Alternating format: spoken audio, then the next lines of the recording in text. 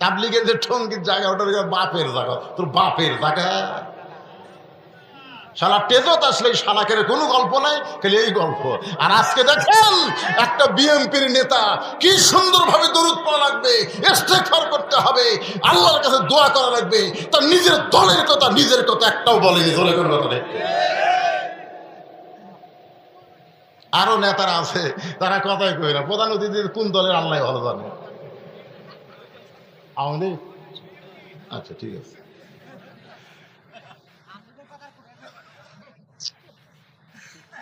কি রে পিছনে তারা বসে আছে বাদান, আমার কথা কি ঠিক মতো শোনা যায়? সমস্ত নেতারা মনে মনে চিন্তা করে হয়তো খাদিজা ভুল বুঝে আজকে আমাদের সামনে তার স্বামীকে তালাক দিবে। নাউজুবিল্লাহ। সবাই যখন এসে বসেছে এমন সময় খাদিজা বলতেছে, নেতারা আমি আপনাদেরকে আজকে দাওয়াত দিয়েছি, অনেক ভালো ভালো আপনাদের জন্য হাদিয়া এবং খাওয়া দাওয়ার ব্যবস্থা করছি।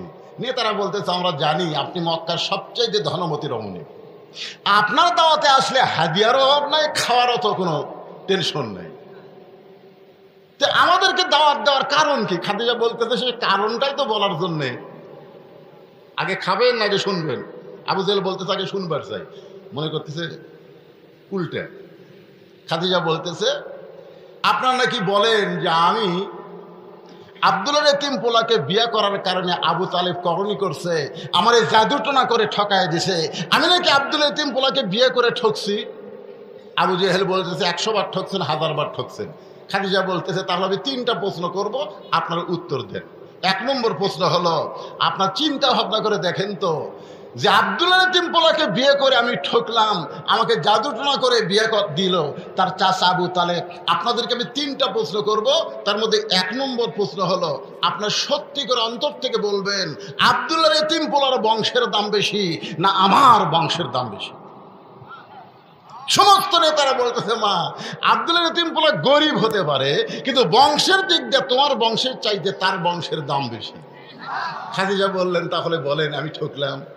একটা দুর্বল বংশের মেয়ে একটা ভালো বংশের ছেলেকে স্বামী হিসাবে আমি গ্রহণ করলাম, এই জায়গায় তো আমি জিতে গেছি, আর আপনারা নাকি বলেন আমাকে ঠকানো হয়েছে। আমার 2 নম্বর প্রশ্ন হলো, আব্দুল্লাহর এতিম পোলার চেহারা সুন্দর নামে খাদিজার চেহারা সুন্দর। এবার আবু তালেবকে বললেন, চাচা আপনার ভাস্তাকে এখন নিয়ে আসেন। মক্কার সমস্ত নেতাদের সামনে 25 বছর বয়সের যুবক যিনি খাদিজার বাড়িতে রাখাল ছিলেন, তাকে খাদিজার পাশে বসায় দিয়ে বললেন, এখন আপনারা তাকায় দেখেন আমার চেহারা ভালো না আব্দুল্লাহর এতিম পোলার চেহারা ভালো?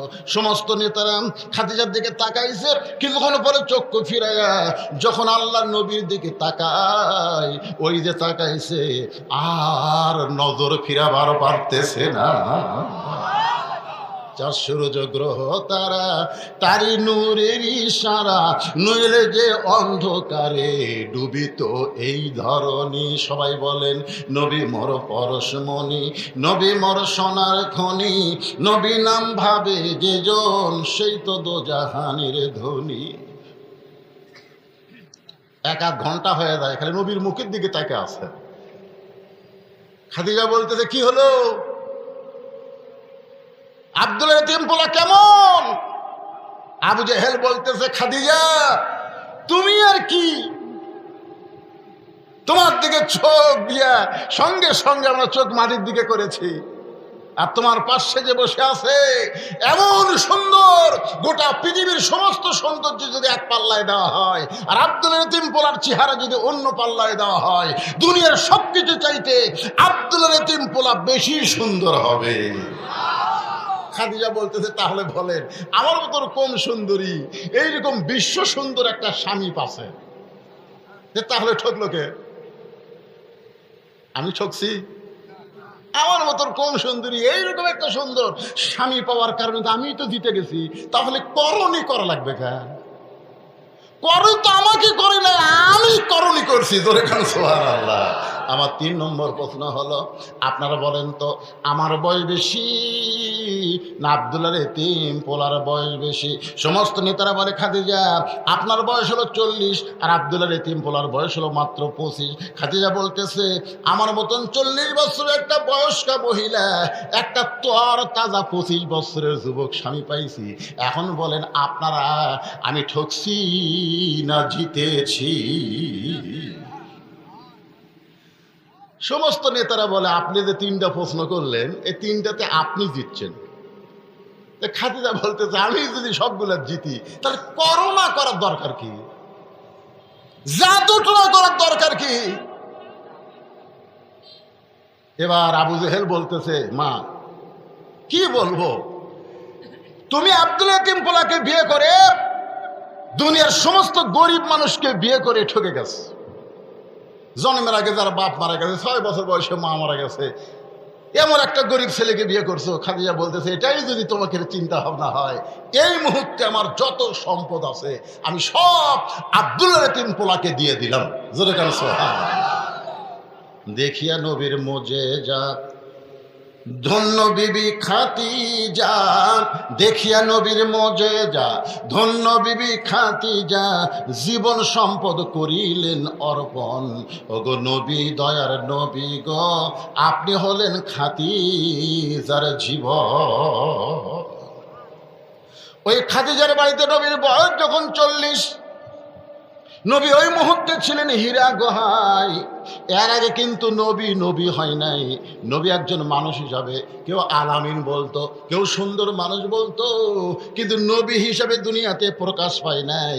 এই মুহূর্তে আল্লাহ তাআলা লহে মাহফুজ থেকে কোরআনের 5টা আয়াত নবীর প্রতি নাজিল করে, নবীর প্রতি 5টা আয়াত নাজিল করে। প্রথম শব্দই হলো ইকরা, প্রথম শব্দ হলো ইকরা।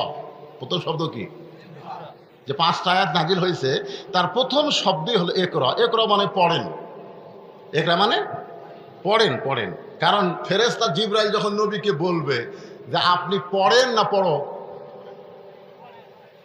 আপনারা সম্মানী মানুষকে পড়ো কন না পড়েন কন?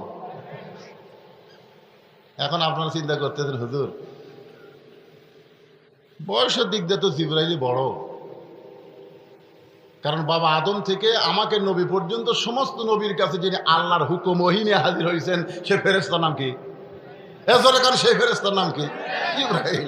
তাহলে জিবরাইল তো বুড়া হয়ে গেছে আর আমাকে নবী কেবল 40 বছর বয়স, সেই হিসাবে নবীকে পড়ো বললে কোনো ক্ষতি নেই। আমি আজকে মিলাদের আলোচনা, এখন কিন্তু সিরাতের মধ্যে ঢুকিনি, কেবল ঢুকবার চাচ্ছি। হ্যাঁ, কেবল ঢুকবার চাচ্ছি, এখনো মিলাদের মধ্যে আছি। তা আপনারা বলেন তো কে বড়, বয়সে বড় কে, জিবরাইল না নবী? নবী বড়। মদিনাত গেলে একটা দরজা দেখবেন, মসজিদ নববীর একটা দরজার নাম হলো বাবে জিবরাইল। বাপ মানে দরজা, জিবরাইল মানে জিবরাইল দরজা। ওই দরজা দিয়ে জিবরাইল আল্লাহর নবীর কাছে আসতেন। জোরে করে সুবহানাল্লাহ। তো জিবরাইল যতবার নবীর কাছে আসতেন একটা সাহাবীর চেহারা ধরে আসতেন, সেই সাহাবীর নাম হলো দাহিয়াতুল কালবি। যেরকম সাহাবীর নাম কি? ওই বাবে জিবরাইলে দাহিয়াতুল কালবি সাহাবীর চেহারায় জিবরাইল দাঁড়িয়ে নবীকে সালাম দিলেন, আসসালামু আলাইকা ইয়া রাসূলুল্লাহ, আমি একটু আপনার কাছে আসতে চাই। আমি কিন্তু নিজে ওই দরজা দেখছি এবং ওই দরজা যে ঢুকেই আমি 2 রাকাত নামাজ পড়ে বাবে জিবরাইলের শুকরিয়া তার আদায় করেছি। সুবহানাল্লাহ। যে দরজা দিয়ে জিবরাইল ঢুকতো। তো দাহিয়াতুল কালবি সাহাবীর চেহারায় জিবরাইল যখন নবীকে সালাম দিছে, আপনার বলেন তো সাহাবী না জিবরাইল? জোরে কোন, সাহাবী না জিবরাইল? কিন্তু ওই সাহাবীর চেহারায় যখন সালাম দিছে নবী তখন বলতেছেন ফাতেমা তোমার চাচা আইছে, দরজাটা খুলে দাও। নবী বলতেছে তার মেয়েকে ফাতেমা তোমার চাচা আসছে। জোরে কোন, কে আসছে? চাচা আইছে, দরজা খুলে দাও। জিবরাইল একটু চমকে উঠছে। চাচা হচ্ছে বাপের ছোট ভাই। জোরে কোন কথা ঠিক কিনা? আপনারা চাচা কাক কন? বাপের বড় ভাই কন না ছোট ভাই কন? আমাদের বগুড়াতে চাচা মানে বাপের ছোট, আর বড় আব্বা মানে বাপের বড়, জ্যাঠা মানে বাপের বড়, চাচা মানে বাপের ছোট। এখন জিবরাইল একটু চমকে উঠছে, কে হামাক চাচা কর কারণ। যাই হোক ফাতেমা দরজা খুলে দিল। ফেরেশতা জিবরাইল নবীর কাছে মুখ ভার করে বসে আছে। দেখেছি। একবার দেখার পরে কত বছর? তাহলে দেখছে কয়বার? এখন হিসাব করেন আমার বয়স কত। আল্লাহ নবী বলে, জিবরাইল তুমি বলো তো ওই তারকাকে আর দেখা যায়? বলে ৭০,০০০ বছর পাড়ি দিয়া ৪০ বছর পার হয়ে গেল, ওই তারকা আর দেখা যায় না। হিসাবে তো ৪০ বছর আগে ওঠা লাগে, ধরে কোন কথা ঠিক কিনা? আল্লাহ নবী বলেন, জিবরাইল আর ওই তারকাকে দেখতে পাবা না, কারণ ওই তারকাই ছিলাম আমি, মুহাম্মাদুর রাসূলুল্লাহ। লিমা খালাকতুল আফলাক। যখন দুনিয়ার কোনো কিছু সৃষ্টি করা হয় নাই, তখন আল্লাহ তাআলা আমাদের নবীকে সৃষ্টি করেছে। ধরে কোন সুবহানাল্লাহ। বাজান একটু খেয়াল করেন, প্রথম শব্দ হলো ইকরা। ইকরা মানে পড়েন, পড়েন। আল্লাহ তাআলা পবিত্র কোরআনের প্রথম শব্দই পড়েন, পড়ো। এইটা কেন বললেন? কারণ পড়তে হবে, না পড়লে চলবে না। ধরে কোন ঠিক কিনা? ফেরেশতা জিবরাইল যখন বলেন পড়েন, আল্লাহ নবী বললেন আমি পড়ব না। ফেরেশতা জিবরাইল বলে হুজুর আপনি পড়েন, আল্লাহ নবী বললেন আমি পড়ব না। সমস্ত তাফসীরকারক বলতেছে আনাবি কারি, নবী পড়তে পারে না, তাহলে পড়বে কেমনে? কিন্তু ইমাম গাজ্জালী রহমতুল্লাহ আলাইহি তিনি ব্যাখ্যা করে বলেছেন, আল্লাহ নবী বলে জিবরাইল তুমি পড়তে বললি আমি পড়ব না, আগে জানতে হবে পড়ার ধরন কি, আগে জানতে হবে পড়ার ধরন কি। ফেরেশতা জিবরাইল বলতেছে রাসূলুল্লাহ পড়ার ধরন হলো বিসমি রাব্বিকাল্লাযী খলাক, যে আল্লাহ আপনাকে সৃষ্টি করেছেন সে আল্লাহর নামে পড়েন। আল্লাহ নবী বলেন আমার কোনো আপত্তি নাই, আল্লাহর পড়া, আল্লাহর শিক্ষা যেই পড়ার মধ্যে আছে আমি সেই পড়াটাই নবী শিখতে চাই।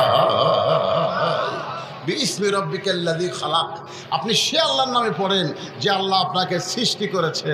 তাহলে চিন্তা করেন পড়ার কথা আল্লাহর কোরআনে আছে না নাই? এই হিসাবে এই আয়াত অনুযায়ী আমরা যারা সিরাতে রাসূল আলোচনা শুনবো, এই মুহূর্তে আমি মিলাদ থেকে সিরাতে পার হলাম, সিরাতে রাসূল আলোচনা যারা শুনবো, এই শোনার সময় আমাদের নিয়ত করা দরকার এই কোরআন শরীফ আমাদের সকলের জন্য পড়া সুন্নত না নফল? আমি কইলাম সুন্নত না নফল, আর আপনারা এখন ফরজ। তার মানে আমার চাইতে আপনারা ভালো জানেন।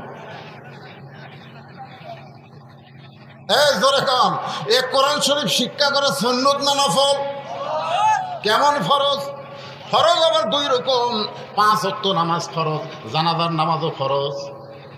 5 ওয়াক্ত নামাজ ফরজ, জানাজার নামাজ ফরজ। জানাজার নামাজ হলো ফরজে কিফায়া, আর 5 ওয়াক্ত নামাজ পড়া হলো ফরজে আইন। তাহলে কোরআন শিক্ষা করা এটা জানাজার নামাজের মতন না 5 ওয়াক্ত নামাজের মতন? 5 ওয়াক্ত নামাজ পড়া যেমন ফরজ, রমজান মাসে 30 দিন রোজা রাখা যেমন ফরজ, ধনীদের হজ করা যেমন ফরজ, ধনীদের যাকাত দেওয়া যেমন ফরজ, আল্লাহর কোরআন শিক্ষা করা তেমনই প্রত্যেকটা মুসলমান নর নারীর উপরে ফরজ। তাহলে সিরাতে রাসূল শুনতে গেলে আল্লাহর কোরআন শিখতে হবে, এ ওয়াদা কি আপনারা করতে পারেন? আপনাদের মধ্যে এমন কোনো নেতা নাই যে কারেন্ট যাকে ফোন করে অন্তত 1 ঘন্টা কারেন্ট থুবি, এ ভটভটি কি শব্দ খুব।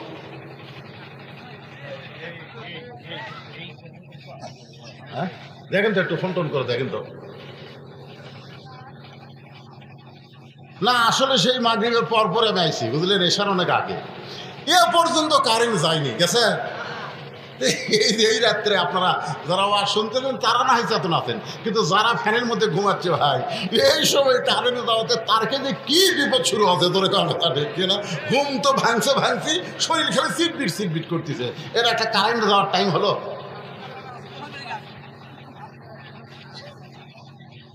তো আসেন যে কথা বলতেছি, আল্লাহর কোরআন সিরাত মানে কি? নবীর সিরাত কি? রাসূল যখন দুনিয়া থেকে বিদায় নিলেন, কতিপয় সাহাবী মা আয়েশার কাছে গিয়ে বললেন, মা আমরা নবীর সম্পর্কে আপনার কাছে জানতে চাই। মা আয়েশা বললেন, নবীর সম্পর্কে তোমরা আমার কাছে জানতে কেন আসলে? তোমরা কি আল্লাহর কোরআন পড়ো না? সাহাবীরা বললেন, মা অবশ্যই আমরা আল্লাহর কোরআন পড়ি। মা আয়েশা বললেন, আল্লাহর কোরআনও যেমন, আল্লাহর নবী হলেন বাস্তব তেমন। তার মানে বোঝা গেল নবীর সিরাতের 23 বছর জিন্দেগি, আল্লাহর কোরআন এই কোরআনের প্রথম শব্দই হলো একরা, মানে পড়ো। আল্লাহর কোরআনকে যদি আমরা পড়তে পারি, কোরআনকে যদি আমরা ধরতে পারি, কোরআনকে যদি আমরা গ্রহণ করি, তাহলে আল্লাহর নবীর সিরাত আমাদের জানা ভালো হবে। জোরে কোন কথা ঠিক কিনা বাজান? নবীর সিরাতের মধ্যে প্রথম 13 বছর হলো মক্কায়, 23 বছরের মধ্যে 13 বছর হলো মক্কায়, আর 10 বছর হলো মদিনায়। আপনার কি বিরক্ত হচ্ছেন? তাহলে গুরুত্বপূর্ণ কথা তো, একটু গুরুত্ব দিয়ে শোনা লাগবে।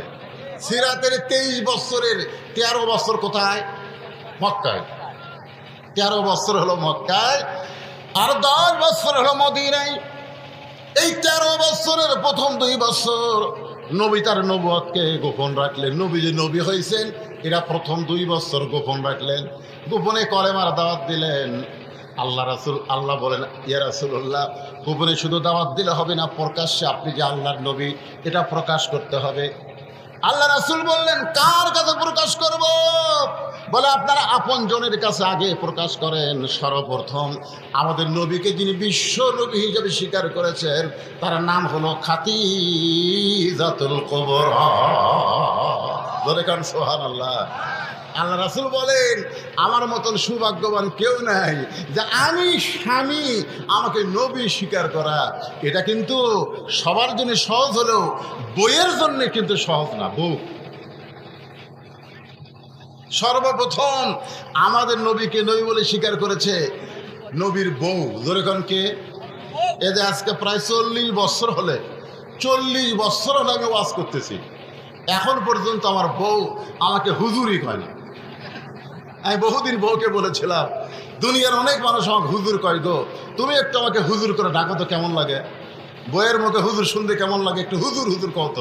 আর বউ খালি মুসকি মুসকি হাসে। মানে হাসো কেন? বলে, জনগণ আপনাকে চিনে না তাই হুজুর কয়, কিন্তু আমি আপনাকে চিনি, আপনি মাল ডাকি। হুজুর হওয়া এত সহজ নয়। 40 বছর ওয়াজের পরেও নিজের বইয়ের কাছে আমরা হুজুর হওয়ার পারি নাই।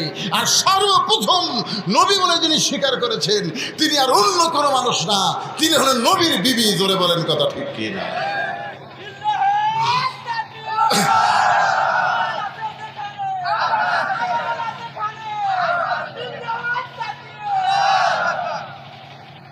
আল্লাহর বান্দারা খেয়াল করেন, তার মানে নবী ভিতরেও যেমন বাহিরেও তেমন। আল্লাহ এই কারণেই বললেন, লাকাদ কানা লাকুম ফি রাসূলিল্লাহি উসওয়াতুন হাসানা। যদি তোমরা সফলতা অর্জন করতে চাও তাহলে দুনিয়ার পাঁচশো নেতা আদর্শকে তোমরা বাদ দিয়া মুহাম্মদ রাসূলকে তোমাদের আদর্শ হিসাবে গ্রহণ করে না। সুবহানাল্লাহ বললেন না? আপনারা কি মনে করতেছেন যে সমস্ত কর্মী নেতাগরক থুয়া প্রধানমন্ত্রী বাংলাদেশ থেকে ভারতত চলে গেছে, আমাকে নবী হাসরের ময়দানে আল্লাহ যখন আমাকে ধরে ধরে জাহান্নামত দিবে তখন নবী পলে যাবে? কি মনে হয়? আল্লাহ রাসূল বলেছেন, আল্লাহ আমার সমস্ত উম্মতের যত পাপ আছে সব পাপ আমাকে দাও, আমার সমস্ত উম্মতকে মাফ করে তুমি জান্নাত দাও, আমার সমস্ত উম্মত জান্নাতে যাবে, আমি রাসূল খুশি হব। আমি ততক্ষণ জান্নাতে ঢুকবো না যতক্ষণ আমার উম্মতেরা জান্নাতি না হবে। আল্লাহুম্মা সাল্লি আলা মুহাম্মদ, আল্লাহুম্মা সাইয়্যিদিনা মুহাম্মদ। যেরকম সুবহানাল্লাহ। ভাইজান, এমন একজন নবী আমরা পাইছি যে নবীর ভিতরেও যেমন বাহিরেও তেমন। মা খাদিজা সর্বোত্তম নবী হিসাবে স্বীকার করলেন। আব্বা আব্বা করে ডাকে ফাতেমা, তাই মনে হয় নবী বলে স্বীকার করেনি? আপনাদের কি মনে হয়? আমি সিরাতের আলোচনা করতেছি। মা খাদিজা ঈমান গ্রহণ করলেন। পুরুষের মধ্যে সর্বোত্তম ঈমান গ্রহণ করলেন আবু বকর, আর ছোট বাচ্চাদের মধ্যে সর্বোত্তম ঈমান গ্রহণ করলেন হযরত আলী। মেয়েদের মধ্যে সর্বোত্তম যিনি ঈমান গ্রহণ করছে তার নাম কি? খাদিজাতুল কুবরা। যেরকম তার নাম কি? আর পুরুষদের মধ্যে যিনি সর্বোত্তম ঈমান গ্রহণ করছে তার নাম হলো আবু বকর বয়স্ক, আর ছোট বাচ্চার মধ্যে যে ঈমান গ্রহণ করছে তার নাম হলো হযরত আলী। একটু